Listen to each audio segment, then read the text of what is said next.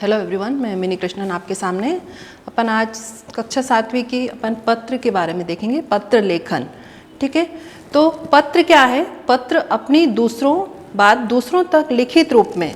पहले के ज़माने में आपने देखा होगा कि अपने यहाँ मोबाइल, लैंडलाइन ये सब नहीं थे, लेकिन आजकल क्या है, जे हमारे यहाँ पहले के ज़माने में जो भी हमको किसी से दूसरे व्यक्ति से बातचीत करनी रहती थी तो वो पत्र के माध्यम से ही हम अपनी बात को दूसरों तक पहुंचाते थे। तो ये पुराने ज़माने से लेकर और ये आज भी चली आ रही है, लेकिन आज इसका यूज़ बहुत ही कम होता है। लेकिन पहले के ज़माने में क्या है, ये पत्र एक बातचीत करने का एक जरिया था। मीन्स इसके अलावा कोई साधन नहीं था कि हम अपनी बात दूसरों तक कैसे पहुंचाए। तो ये पत्र लेखन ही एक ऐसा माध्यम था जिसके द्वारा हम अपनी बात दूसरों तक पहुंचा पाते थे। तो आइए इसका अपन शॉर्ट में देखते हैं। तो पत्र क्या है? अपनी बात दूसरों तक लिखित रूप में पहुंचाने का सर्वोत्तम साधन है। मीन्स इसके अलावा कोई भी ऐसा कोई साधन नहीं था जिससे कि हम अपनी बात को दूसरों तक आसानी से पहुंचा पाए। तो यही एक जरिया था कि हम अपनी बात को दूसरों तक कैसे पहुंचाए। तो जो बात हम संकोचवश किसी को कह नहीं पाते, संकोचवश मीन्स जैसे हमको किसी से कुछ कहना है और हम उसको नहीं कह पाते हैं, तो वो पत्र के माध्यम से ही हम पत्र लिखकर ही उस तक अपनी बात को पहुंचा पाते थे, जो कि हम उससे डायरेक्ट फेस टू फेस नहीं कह पाते थे। तो वह बात हम पत्र लिखकर आसानी से कह सकते थे। आज के व्यस्त जीवन में जब रिश्तेदारों, इष्ट मित्रों आदि से मिलने के लिए समय का सर्वदा अभाव है, तब पत्र हमारी विशेष सहायता करते हैं। पत्र लेखन परिवारजन तक ही सीमित न रहकर अब सामाजिक, व्यावसायिक, शासकीय, प्रशासकीय आदि अनेक क्षेत्रों में भी विकसित हो गया है। अब पहले क्या था कि हम जैसे पत्र को, इसका साधन ये है कि हम अपनी बात पहुंचा रहे हैं तो वो काफ़ी समय तक हम उसको संभाल कर भी रख सकते हैं।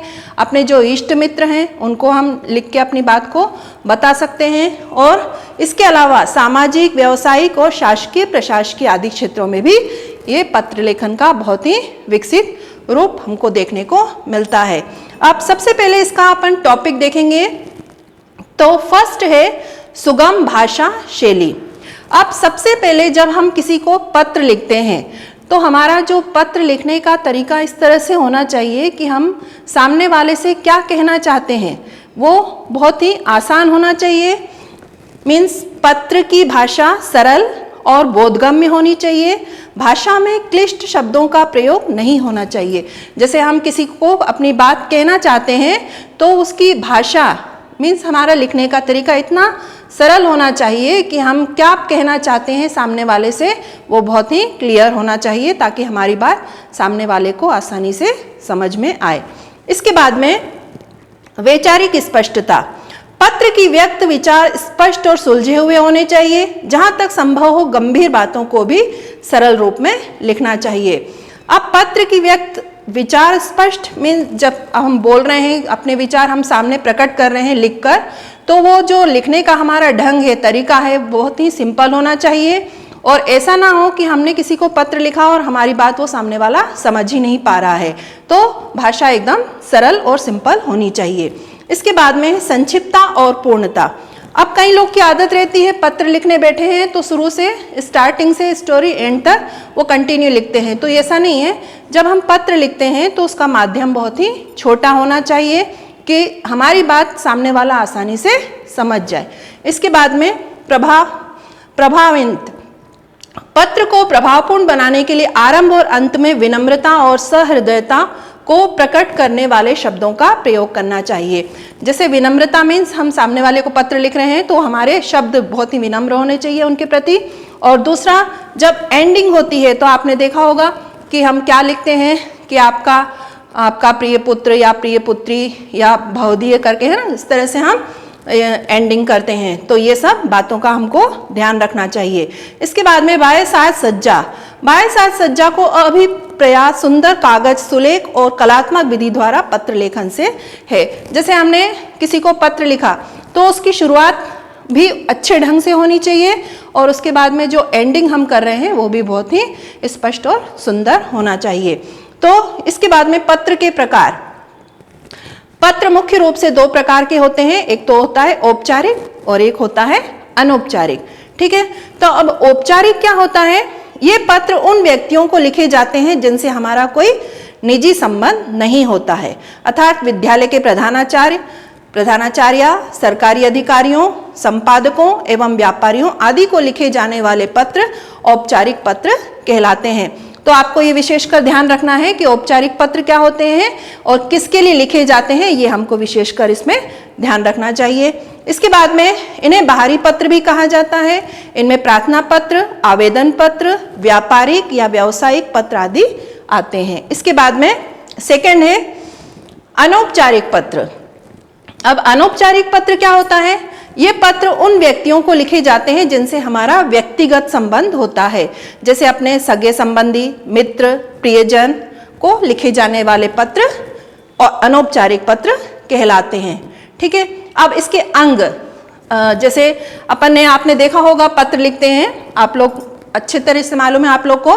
तो सबसे पहले स्टार्टिंग अपन पता, अपना एड्रेस घर का, उसके बाद में डेट, कौन सी डेट है, संबोधन, आप किसको लिख रहे हैं, पिता को, माता को, जो भाई हैं आपके बड़े भाई बहन हैं उनको किसको लिख रहे हैं आप, प्रधानाचार्य को लिख रहे हैं या अपने क्लास टीचर को लिख रहे हैं, तो ये आपको संबोधन में लिखना है। फिर उसके बाद में अभिवादन, उसके बाद में विषय कि आप किस टॉपिक, किस उसमें संदर्भ में लिखना चाहते हैं।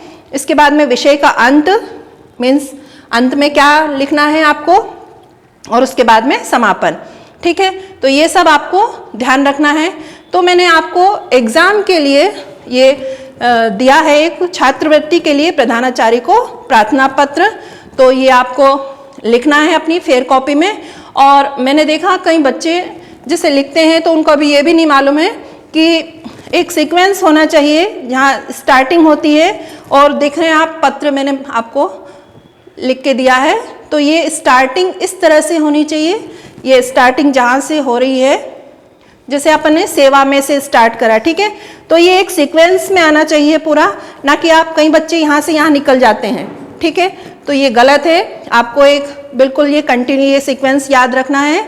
और इसके बाद में ये लास्ट एंडिंग इस तरह से एक लाइन में होनी चाहिए। ठीक है, इसके बाद में सेकंड जो लिया है वो नगर स्वास्थ्य अधिकारी को अपनी कॉलोनी की सफाई के लिए पत्र है।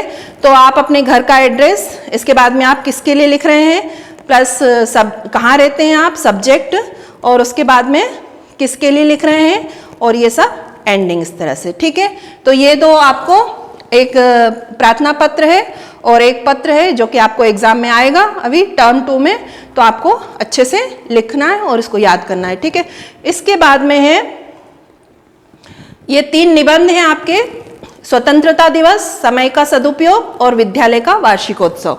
तो ये आपको अपने ग्रामर की बुक की मदद से आपको इसको पढ़ना है और अच्छे से समझना और याद करना है। ठीक है, इसके बाद में आता है आपके महाभारत के क्वेश्चन आंसर। तो महाभारत के क्वेश्चन आंसर आपने सभी ने महाभारत पढ़ी व सुनी होगी या देखी भी होगी, तो आप अभी इतना टाइम नहीं है, इसके लिए आपको स्वयं ये बुक आपके सभी के पास में है, तो बुक आप घर में अच्छे से उसको पढ़ना है एक बार। और उसके बाद में जो 10 क्वेश्चन मैंने दिए हैं, आंसर भी दिए हैं इसके साथ में, तो ये आपको याद करना है, ये एग्जाम में आएंगे आपके। ठीक है, तो ये 10 क्वेश्चन हैं आपके महाभारत के जो कि आपको पढ़ना है। ठीक है, और कॉपी में लिखना है और याद करना है। तो फर्स्ट है पांडु की कितनी रानियां थी, आपको बताना है, 2 थी, कुंती और माद्री। इसके बाद में गंगा ने कितने पुत्रों को नदी में बहती धारा में फेंक दिया था, तो 7 पुत्रों को उन्होंने फेंका था नदी में। ठीक है, इसके बाद सत्यवती से शांतनु को कितने पुत्र प्राप्त हुए और उनके नाम बताना है। तो सत्यवती से शांतनु को 2 पुत्र थे, एक तो चित्रांगद और दूसरा विचित्रवीर्य। ठीक है, इसके बाद में अंबा ने परशुराम जी से क्या कहा था, उन्होंने एक कहा था कि ब्राह्मण वीर, मेरी प्रार्थना केवल यही है कि आप भीष्म से युद्ध करें और मैं आपसे भीष्म के वध की भीख मांगती हूँ। ठीक है, इसके बाद में विदुर कौन थे, विदुर विचित्रवीर्य की रानी अंबालिका की दासी के पुत्र थे। अब प्रथा किसकी पुत्री थी, तो प्रथा यदुवंश के प्रसिद्ध राजा शूरसेन की पुत्री थी। इसके बाद में कर्ण का लालन पालन किसने किया था, सूर्यपुत्र कर्ण का लालन पालन अधिरथ नाम के सारथी ने किया था। अर्जुन किस क्षेत्र में अद्वितीय था? सभी को मालूम है कि तीर चलाने अर्थात धनुष विद्या में अर्जुन अद्वितीय था। इसके बाद में 9 क्वेश्चन है, कर्ण ने देवराज से वरदान के संबंध में क्या कहा? तो कर्ण ने कहा था कि आप प्रसन्न है तो शत्रुओं का संहार करने वाला अपना शक्ति नामक शस्त्र मुझे प्रदान करें। एंड इसके बाद में लास्ट क्वेश्चन है, द्रोण और द्रुपद की मित्रता कैसे हुई? तो द्रुपद ने द्रोण के पिता भरद्वाज के आश्रम में ही शिक्षा प्राप्त की थी, वहां ये दोनों सहपाठी थे, अतः दोनों की मित्रता हो गई। तो ये 10 क्वेश्चन महाभारत के हैं जो कि एग्जाम में आएंगे आपको टर्म 2 में, तो आपको अच्छे से कॉपी में लिखना है इसको और याद करना है, ठीक है। तो यहाँ से स्टार्टिंग आपको करनी है पत्र से।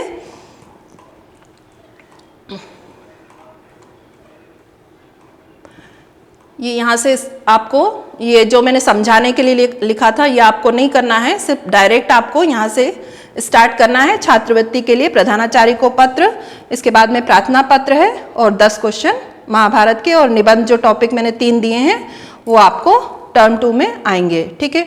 तो बच्चों आज के लिए ये अपना वीडियो यहीं पर कंप्लीट होता है। अगला अपन अगली कक्षा में कंटिन्यू करेंगे। धन्यवाद।